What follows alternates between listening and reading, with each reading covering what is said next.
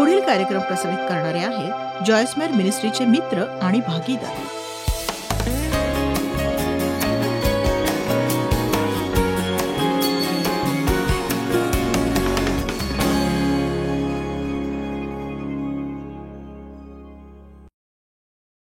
शिस्त म्हणजे तृप्ती विलंबित करण्याची क्षमता. तुम्ही आपली तृप्ती विलंबित करू शकता का? सांगा मला तुम्ही. भविष्यात चांगला परिणाम साधता येण्यासाठी मी तुम्हाला एका ज्ञानी शेतकऱ्याची गोष्ट सांगणार आहे. असं समजूया की एका शेतकऱ्याने छान आमराई लावली आणि रोपट्यांना आधार द्यायला त्याने एक छोटीशी काठीही लावली आणि त्या लहान रोपट्याचं झाड बनायला फार काळ जावा लागतो आणि शेतकरी त्या रोपट्याची निगा राखून त्यांना पाणी घालतो, प्रत्येक लहान मोठ्या संकटापासून त्यांचं रक्षण करतो आणि मग हिरव्यागार पानांनी डवरलेलं आंब्याचं झाड उभं राहतं आणि शेतकऱ्याला अपेक्षा असते फळाची आणि मग फळं लागतात. लहानशा कैऱ्या किती गोंडस असतात त्या. मला सांगा, देवाला आपल्याविषयी असंच वाटत असेल नाही का? सांगा मला तुम्ही. हो, तुझी सुरुवात एका छोट्या काठीपासून झाली होती आणि मी तुला माझ्या मुलाच्या जीवनाच्या मातीत रुजवलं आणि तू मूळ धरलंस. मग तुला लहान लहान फांद्या आल्या, पण मी फळाची वाट पाहत होतो. आणि मग मला थोडंसं प्रेम दिसलं, थोडासा आनंद दिसला, थोडी शांतीही दिसली. प्रभूला किती आनंद होत असेल. पण एक सांगू का, तो ज्ञानी शेतकरी आहे आणि ठाऊक आहे खरा हुशार शेतकरी काय करतो. पहिल्या वर्षी जेव्हा त्या लहानशा कैऱ्या बाहेर येतात तेव्हा तो त्या खुडून टाकतो सगळ्या. मोठा होऊन परिपक्व होण्याची संधी मिळण्याआधीच तो त्या सगळ्या खुडून टाकतो. तो असं का करतो? पुष्कळदा आपल्याला वाटतं की देव आपल्याला अडवतोय, खरंच अडवतोय आपल्याला. तो आपल्याला हवी असते सेवा, आपल्याला हवी असते समृद्धी आणि बरंच काही.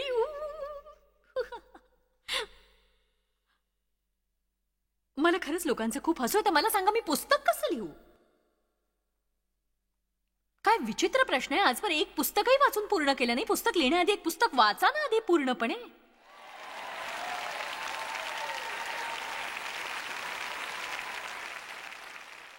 माझं सेवा कार्य कसं सुरू करू? तुम्ही तर ते सुरू न केलेलंच बरं. कारण यामुळेच समस्या उद्भवतात. आपण अशा गोष्टी करतो ज्या देवाला मान्य नसतात आणि मग ते संपवताही येत नाहीत. तर तो शेतकरी जाऊन त्या सगळ्या लहानशा गोंडस कैऱ्या का खोडून टाकतो? त्या गोंडस कैऱ्या लहान ख्रिस्ती गोंडस असतात, पण पुढील वाटचालीसाठी ते योग्य नसतात.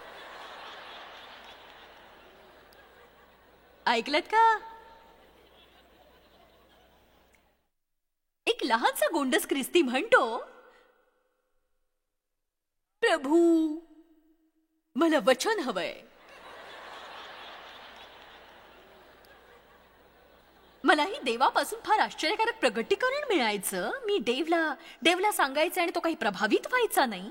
आणि मी त्याला म्हणायचे, मी हे प्रभूला विचारलं, मी प्रभूला म्हटलं होतं मला उत्तर हवंय, बघ मला त्याचं काय उत्तर मिळालं. आणि ते असायचं आश्चर्यकारक, गोंडस, आकर्षक. पण ते टिकणारं नव्हतं, कारण ते फक्त भावनिक पातळीवर होतं. आणि मग मी अशा प्रकारचं साहित्य गोळा करू लागले जसं, हे दुष्ट पापी तुला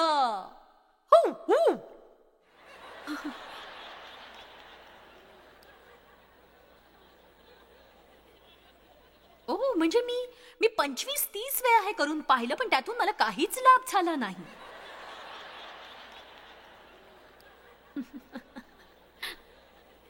म्हणजे तुम्ही 40 वर्ष देवासोबत चाला आणि मनासारखं वचन मिळतं का ते बघा.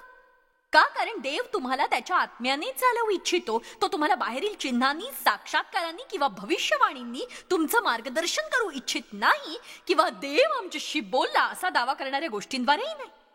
भले देव मला जाणवो किंवा न जाणवो तो आहे, त्याने म्हटलंय मी तुला कधीच सोडणार नाही.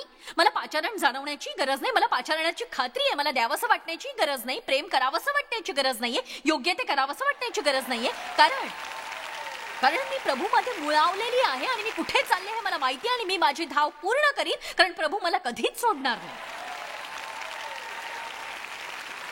आणि जोवर आपण असा विचार करत राहतो की आपले कसे होईल प्रभू, आज जर माझी कोंडी फुटली नाही तर मला माहित नाही माझा निभाव कसा लागेल. बघा, रोज सकाळी आपण देवाच्या हाती 20 गोष्टींची यादी सोपवतो, कारण आपली इच्छा असते आपला तो दिवस सुखात जावा, आपल्यात बदल यायला हवा.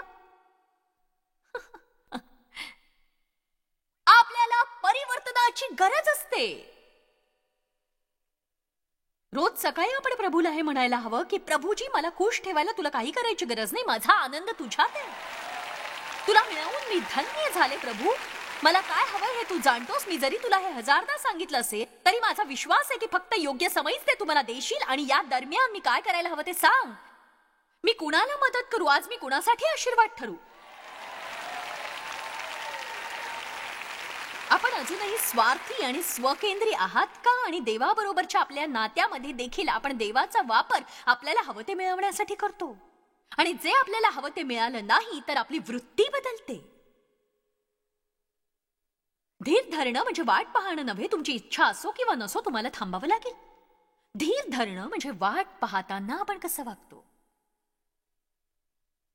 धीर आत्म्याचं ते फळ आहे जे फक्त परीक्षा होत असतानाच विकसित होत असतं, ते आणखी कशामुळेही वाढत नाही. चांगल्या काळात धीर वाढत नाही. माझ्याकडे धीरावरची मालिका होती, ती आजही माझ्याकडे, पण आता मी तिला वेगळं शीर्षक दिलंय.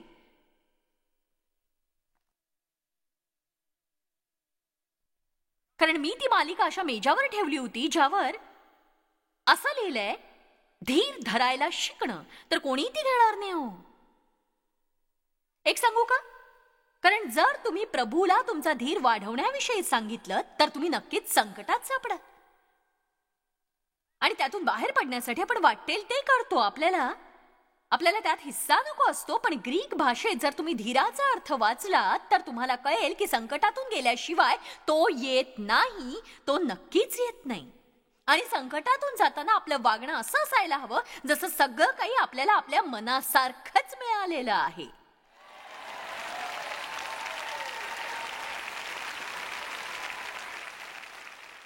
तुम्ही टाळ्या वाजवताय ते ठीक आहे, पण नंतर पत्र लिहून मला सांगा, आता 2 महिने झाले जॉयस, मी अजूनही टाळ्या वाजवतोय. तेव्हा तुम्ही टाळ्या वाजवायला हव्यात. धन्यवाद. लक्षात ठेवा, पुढच्या आठवड्यात जेव्हा तुम्हाला हातपाय आपटून धीर सोडावासा वाटेल तेव्हा तुम्ही शांत चित्ताने उभं राहून म्हणा, ओ सिस्टर जॉयस, मी टाळ्या वाजवतोय. उतावीळ आणि अस्थिर लोक अखेरीस नेहमी हार मानतात. अलीकडेच मी असं काही ऐकलं जे मला फारच आवडलं. मी एक पुस्तक वाचत होते जे शिस्तीविषयी होतं, आणि त्याचा लेखक मला आता आठवत नाहीये, पण तो म्हणाला, आपल्यामध्ये फक्त सुखाचं नियोजन करण्याची क्षमता नसावी तर दुःखाचंही नियोजन करण्याची आपल्यात क्षमता असायला हवी.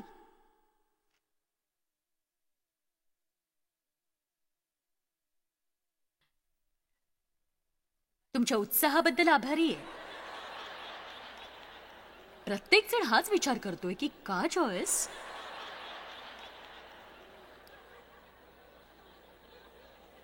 कशासाठी जॉयस मी माझ्या दुःखाचं नियोजन करू? माझ्या जीवनात आधीच इतकं दुःख आहे. हो, खरंय ते, कारण तुम्ही आधीपासूनच कधीच आपल्या दुःखाचं नियोजन केलं नाही. तुम्हाला काय म्हणायचंय? म्हणजे बघा, मी आठवड्यातून 3दा जिम मध्ये जाऊन व्यायाम करते. जेव्हा मी तिथे कष्ट उपसते तेव्हा मी म्हणते यासाठी पैसे मोजणं मला पटत नाही. त्या कष्टाचं नियोजन मी केल्यामुळे माझ्या मुलीच्या कपड्यांमध्ये मावण्याचा आनंद मला घेता येतो. हो, हालेलुया.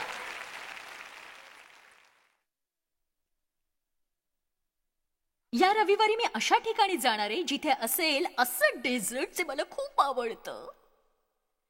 या जगातलं माझं सगळ्यात आवडतं डेझर्ट, आणि मी ते खाण्याचं ठरवलेलं आहे.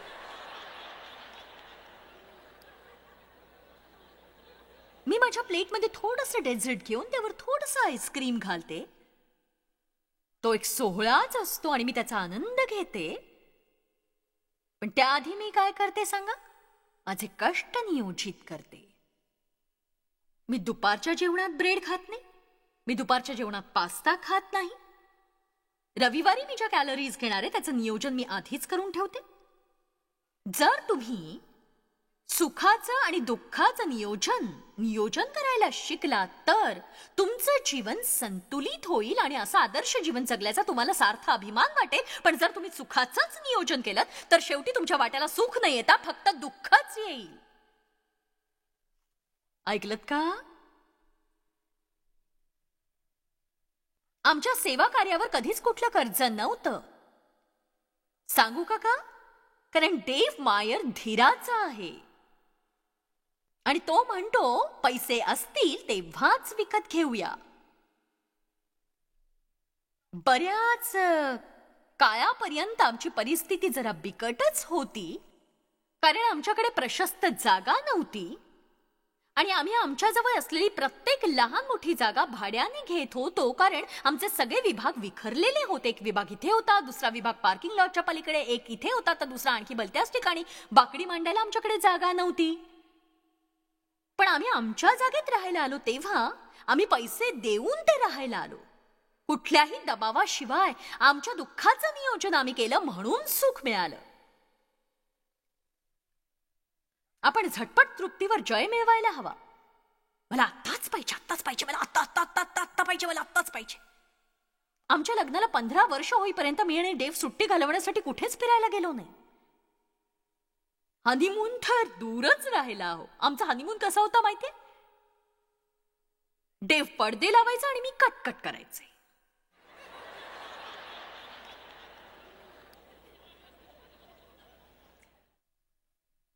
आमच्याकडे काहीच नव्हतं. त्याने काही पैसे आपल्या बॉसकडून उसने घेतले आणि त्याच्या रोजच्या येणाऱ्या पगाराच्या रकमेतून, कारण आम्हाला फर्निचर घ्यायचं होतं जे फार कमकुवत निघालं. म्हणजे ते इतकं कमकुवत होतं की एकदा डेव्हनी त्या पलंगावर उडी मारली तर त्या पलंगाचे असे छान 2 तुकडे झाले. काही दिवसांनी सोफाही तुटला. बघितलं ना, सोफाही तुटला, पलंग तुटला. आमच्याकडे काहीच नव्हतं. वयाच्या 20शीत सोड्याच्या बाटल्या विकून मी स्वतःसाठी सिगरेट विकत घ्यायचे, कारण तेव्हा मी धूम्रपान करायचे आणि मिळेल ते सगळं काही विकायचे त्या सिगरेट्ससाठी.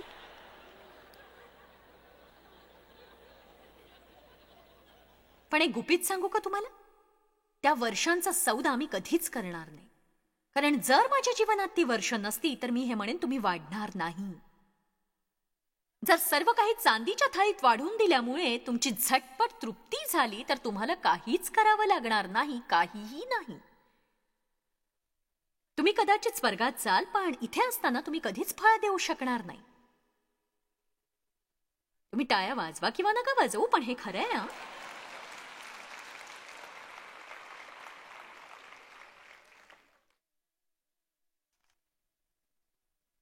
उदया पुत्राविषयी आपण नेहमी बोलतो, ज्याचं वर्णन लूक 15 मध्ये आहे. तुम्हाला एक तरुण आठवेल ज्याला एक थोरला भाऊ होता, श्रीमंत बाप होता आणि त्या तरुणाला आपला हिस्सा लगेचच हवा होता. त्यासाठी तो थांबायला तयार नव्हता. तो म्हणाला, बाबा मला वाटतं की तुमच्या संपत्तीतला माझा वाटा तुम्ही मला आत्ताच देऊन टाकावा. बायबल म्हणतो तो पैसे घेऊन निघून गेला आणि विस्तारित बायबल असं म्हणतं की तो बेलगाम जीवन जगू लागला. दुसऱ्या शब्दात त्याचं म्हणणं होतं की मला इथून निघून जाऊन माझ्या मनाप्रमाणे वागायचंय. एक सांगू, एका 18 वर्षाच्या तरुणाला काय वाटतं ते? मला इथून निघायचं आणि माझ्या मनाप्रमाणे वागायचंय. आणि मला भावलेली गोष्ट म्हणजे पित्याने त्याला जाऊ दिलं. त्याने त्याच्याशी वाद घातला नाही, त्याचं मन बदलू पाहिलं नाही, त्याने त्याला जाऊ दिलं. कारण कधी कधी खडतर मार्गाने जाऊनच आपण शिकतो. आणि त्याच्याजवळ जे काही होतं ते सगळं त्याने उधळलं आपल्या बेलगाम वागण्याने. आणि शेवटी तो डुकरं पाळू लागला आणि त्यांचंच अन्नही खाऊ लागला. तुम्ही मनमानी करा, पण शेवट डुक्कर खाण्यात होईल तुमचा. हॅलो, मग तो जागा झाला आणि बायबल म्हणतो तो शुद्धीवर येऊन म्हणाला, मी आता उठून माझ्या वडिलांकडे परत जाईन. पित्याने त्याचं स्वागत मोठ्या मनाने केलं, आशीर्वाद दिला, पार्टी दिली, नवीन वस्त्र आणि जोडे दिले, कारण तो नक्कीच फार मलिन झाला असेल. पण एक गोष्ट जिचा उल्लेख फार होत नाही आणि ती गोष्ट ही आहे की जरी त्याच्या वडिलांनी त्याला पुन्हा स्वीकारलं आणि त्याच्यावर दयेचा आणि प्रीतीचा वर्षाव केला, तरी त्याने त्याचं वतन खर्च केलं होतं.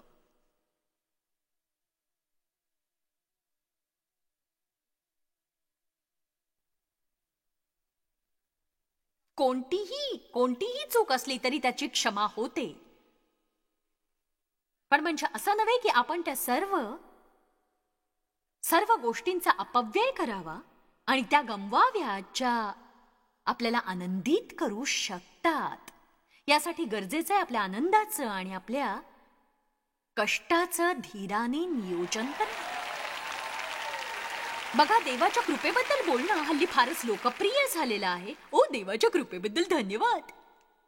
देवाची कृपा म्हणजे मनाप्रमाणे जीवन जगण्याचा परवाना नाही. हो, देवाच्या कृपेमुळेच आपली क्षमा होऊ शकते, देवाच्या कृपेमुळेच आपण स्वर्गात जातो. पण देवाची इच्छा आहे की आपण पवित्र जीवन जगावं, आपण स्वतःच्या जीवनाला शिस्त लावावी, स्वतःला समर्पित करावं, आपण इतरांना द्यावं आणि आपण स्वार्थी आणि स्वकेंद्री असू नये. आणि त्याची इच्छा आहे की आपण धीर धरावा, कारण बायबल म्हणतं फक्त विश्वास आणि धीरामुळेच आपण देवाची अभिवचने प्राप्त करू शकतो. आता तुम्ही वारीस बनू शकता किंवा कामकरी बनू शकता. मला तर फक्त वारीस बनायलाच आवडेल. जे काही माझं आहे ते माझ्या मुलांचं, यात शंका नाहीच.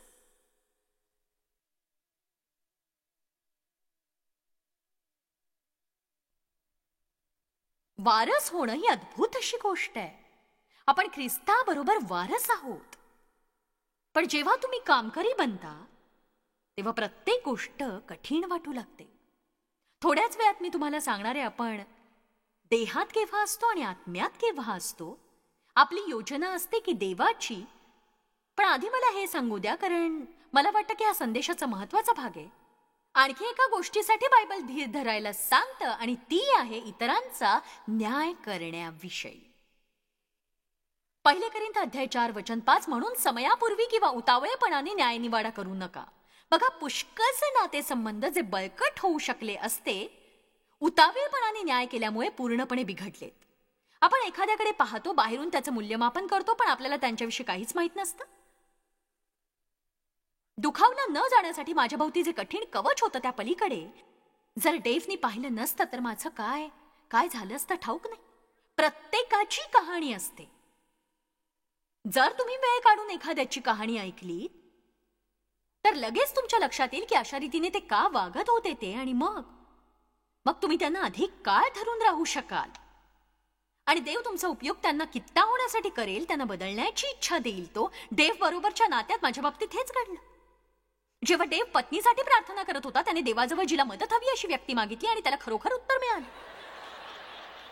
तुम्ही तयार असाल तर अशी प्रार्थना करायला मी प्रोत्साहन देईन, कारण जेव्हा त्याने प्रार्थना केली मला खात्री आहे त्याला कल्पना नव्हती मी त्याच्या पदरी पडणार आहे. खात्रीने आमचे नातेसंबंध दैवी होते. मी बाहेर माझ्या आईची कार धुत होते आणि देव त्याच्यासोबत एकाला घेऊन जाण्यासाठी गाडीने आला होता. मला बघितल्यावर तो म्हणाला, तुझं झाल्यावर माझी कार धुशील का? मी म्हटलं, तुला तुझी कार धुवायची तर स्वतःच धु ना. पहिल्या डेटच्या वेळेला आम्ही सूप प्यायलो होतो. तो म्हणाला, तुला कुठलं सूप आवडेल? मी म्हटलं, मला ना बियर आवडेल. तो म्हणाला, ग्लासात की कपात आवडेल? मी म्हटलं, नाही, बाटलीच घेतलीस तर बरं आहे.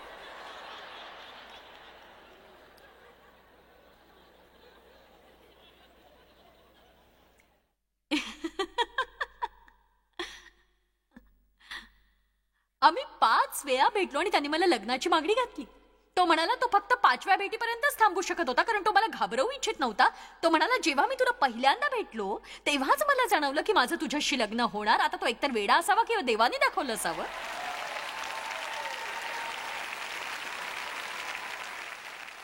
पण आता 44 वर्ष झालीत आम्हाला, आणि बघा ज्या वेदनेतून तो गेलाय त्यासाठी तो पात्र आहे. हल्ली बरेचसे लोक नातेसंबंध तोडून टाकतात. म्हणजे जर समोरची व्यक्ती तुम्हाला खुश करत नसेल आम्ही पूरक नाही आहोत. कोणीच पूरक नसतं. बघा, कुठलेही दोन लोक एकमेकांना कधीच पूरक नसतात. तुम्हाला एकमेकांच्या वेगळेपणाचं कौतुक करायला शिकावं लागतं आणि देवाला तुम्हाला एक करू द्यावं लागतं. तुम्हाला शिकावं लागतं तुम्ही प्रत्येक गोष्टीत बरोबर नाही आहात, दुसरी व्यक्तीही चूक नाहीये, आणि हेही की नेहमी तुमच्याच इच्छेने गोष्टी होणार नाहीत. तुम्हाला स्वतःला बाजूला सारून दुसऱ्याला आनंदी ठेवण्यासाठी जगायला शिकावं लागतं, स्वतःच्याच सुखाची इतरांकडून अपेक्षित करत जगणं नव्हे. चला, आता मी छान बोलतेय.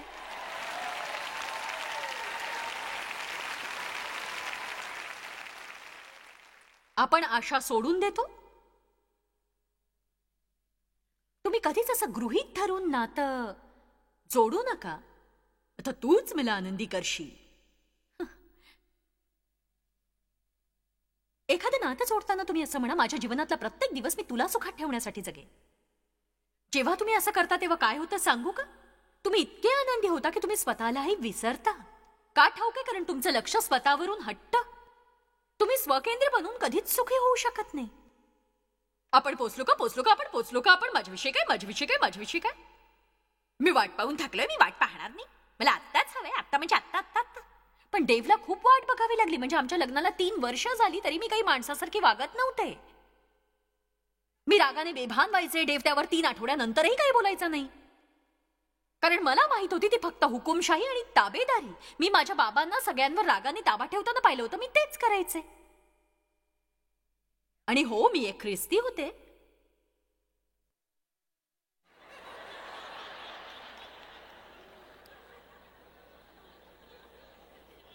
पण मी दैहिक होते. मी देहात चालत होते.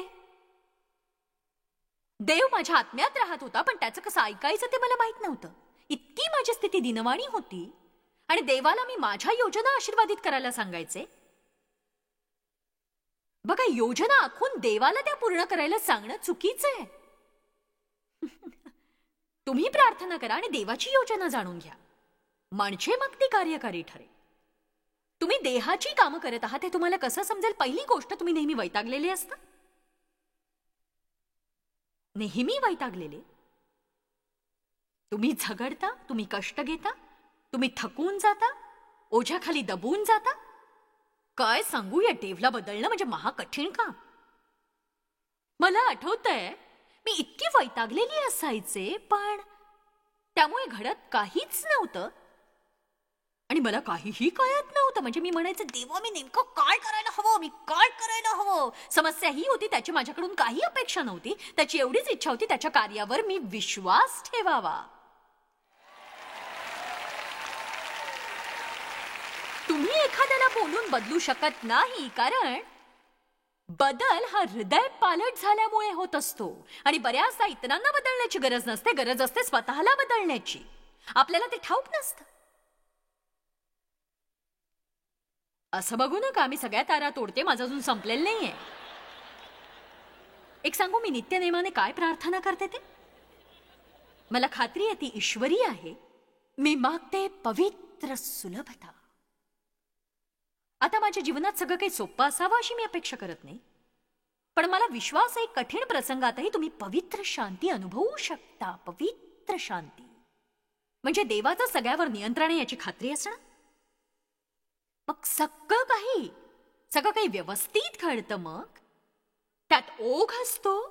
ते कठीण असू शकतं, पण बरं असतं, कारण मला स्वतःला काहीही करायचं नसतं.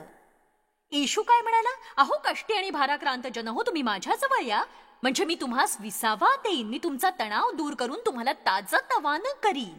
हो, आपल्याला जगता येईल असा पवित्र विसावा आहे, आणि तो कसा आहे ते सांगतं. ती कृपा आहे. देवाचं सामर्थ्य आपल्यापर्यंत आणणारी कृपा. कितीही झगडा किंवा प्रयत्न करूनही आपल्या स्वबळावर जे करता येत नाही ते शक्य करणारी कृपा.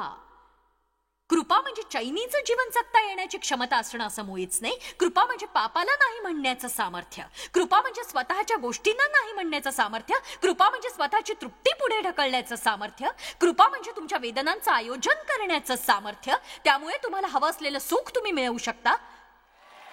कृपा म्हणजे चांगल्या मनाने वाट पाहण्याचं सामर्थ्य.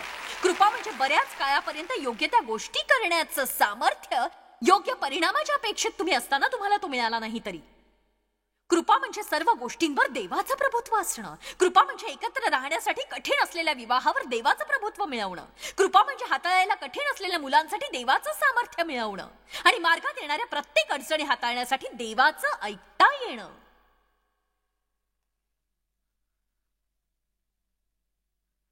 कृपा केवळ तारण करत नाही, ती आपल्याला पावित्र्याने जगायला मदत करत असते. ती सामर्थ्याने जगायला मदत करत असते. कृपा पवित्र विसाव्यात राहायला मदत करत असते. परिस्थिती कितीही कठीण का असेना, आपण म्हणू शकतो मी मार्गात आहे. हालेलुया, मी मार्गात आहे. आणि या सगळ्यापेक्षा अधिक म्हणजे ज्यासाठी येशू मरण पावला ते सगळ्या लोकांना मिळावं असं वाटतं. आपण नेहमीच खूपच घाईत असतो, पण देव नसतो. त्याला आपल्या धीर हे पवित्र आत्म्याचं फळ विकसित करायचं असतं. काळ जातो तसं आपल्याला कळून येतं की चांगल्या मनोवृत्तीने धीर धरणं हे झटपट तृप्तीपेक्षा अधिक परिणामकारक असतं. मला विश्वास आहे तुमच्या समस्या कुठल्याही असल्या तरी देववचनाचं त्यावर उत्तर आहे. वचनच तुम्हाला उत्तेजन देतं, ते तुम्हाला बलवान बनवतं, ते तुम्हाला तुमच्या जीवनात योग्य मार्गावर राखतं. त्यामुळे तुम्हाला उत्तम असं प्रतिफळ मिळतं. जॉयस्मायर मिनिस्ट्रीज करता तुम्ही खूप मौल्यवान आहात. आम्हाला तुमचं कौतुक आहे आणि जगभरामध्ये हे सेवा कार्य शक्य करण्याकरता आम्ही आमच्या मित्रांचे आणि पार्टनर्सचे आभारी आहोत. आम्ही एकत्रितपणे भुकेल्यांना खाऊ घालतो, गरिबांना वस्त्र देतो आणि राष्ट्रांना सुवार्ता सांगतो. तुमच्या प्रार्थनेच्या विनंती करता आमच्याविषयी आणखी माहिती मिळवा. जॉयसच्या कॉन्फरन्सच्या तारखा पहा आणि ख्रिस्ताची प्रीती जगभरामध्ये पसरवण्याकरता आमचे सहभागी व्हा. याचा सर्व खर्च जॉयस्मायर मिनिस्ट्रीचे मित्र आणि भागीदार करत आहेत.